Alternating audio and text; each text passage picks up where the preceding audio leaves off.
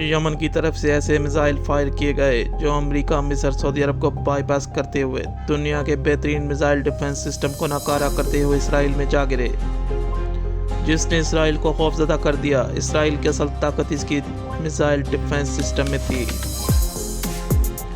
आगे बढ़ने से पहले हमारे चैनल अंधेरों के सफ़र को सब्सक्राइब करते हैं और बेल आइकन को प्रेस करते हैं। दुनिया इस वक्त तबाही के दहाने पर मौजूद है। इसराइल और हिज़्बुल्लाह फ़लस्तीन सिर्फ दो ग्रुपों का मसला नहीं, इस जंग में बड़े ममालिक अमेरिका, रूस, चीन भी शामिल हैं और वो इस जंग में कूद चुके हैं। हालिया दिनों में यमन ने 2 मिसाइल इसराइल पे फायर किए। की बात यह थी कि ये मिसाइल ना अमेरिका का बहरी बेड़ा, ना मिस्र और ना सऊदी अरब का डिफेंस सिस्टम इंटरसेप्ट कर सका। इससे भी ज़्यादा हैरत की बात यह थी कि वो इसराइल अपने डिफेंस सिस्टम, जो दुनिया में माना जाता है, इसका डिफेंस सिस्टम भी पूरी तरह नाकाम साबित हुआ और ये मिसाइल इसराइल पे हिट कर गए।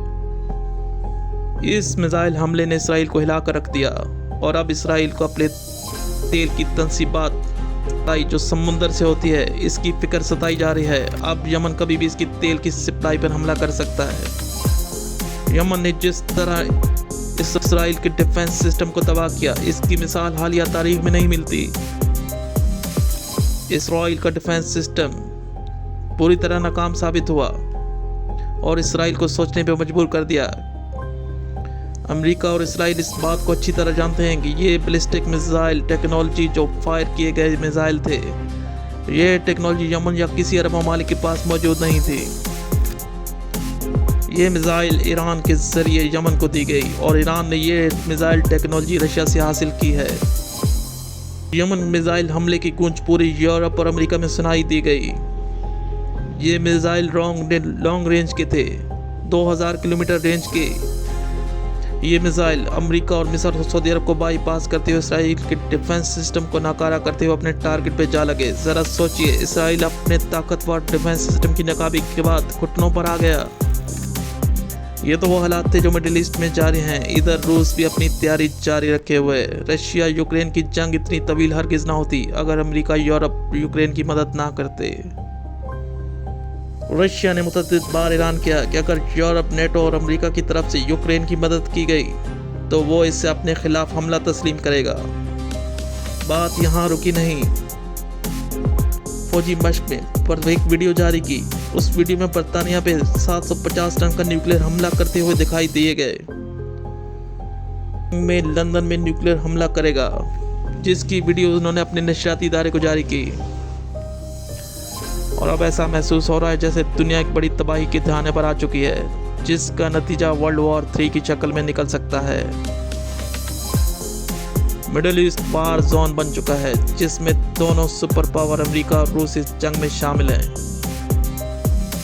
दुनिया अब एक ट्रिगर पर है, जो किसी से भी कभी भी कोई गलती हुई तो समझो ये जंग का आगाज शुरू हो जाएगा। वर्ल्ड वॉर 3 इंसानी तारीख की सबसे भयानक जंग साबित होगी। आधी दुनिया में तो वैसे ही कहीं ना कहीं जंग चल ही रही है और अगर इसमें 2 सुपर पावर में जंग छिड़ गई तो ज़रा सोचिए दुनिया में क्या तबाही होगी। शायद इस दुनिया का कोई ऐसा खित्ता हो जो इस जंग से महफूज रहे। अब तक तो दुनिया हिरोशिमा और नागासाकी को नहीं बोली और वर्ल्ड वॉर 3 का खतरा भी अब मंडरा रहा है। सिर्फ और अमेरिका और रशिया के पास ऐसे हथियार मौजूद हैं जिनसे पूरी दुनिया तबाह हो सकती है। हाल ही में रूस और चीन की दुनिया की सबसे बड़ी फौजी मशक ओशियन 2024 की गई, जो अब कंफर्म हो गया है कि चीन और रूस स्ट्रेटेजिक पार्टनर बन चुके हैं। अब कभी भी अगर वर्ल्ड वॉर 3 स्टार्ट हुई तो चीन रशिया का इलाही होगा। ये अपनी नौयत की बहुत बड़ी डेवलपमेंट है, जिससे इस बात का अंदाज़ा लगाया जा सकता है कि आने वाले वक्त एक गुमसान की जंग होगी, जिसमें तीनों सुपर पावर मैदान जंग में होंगे।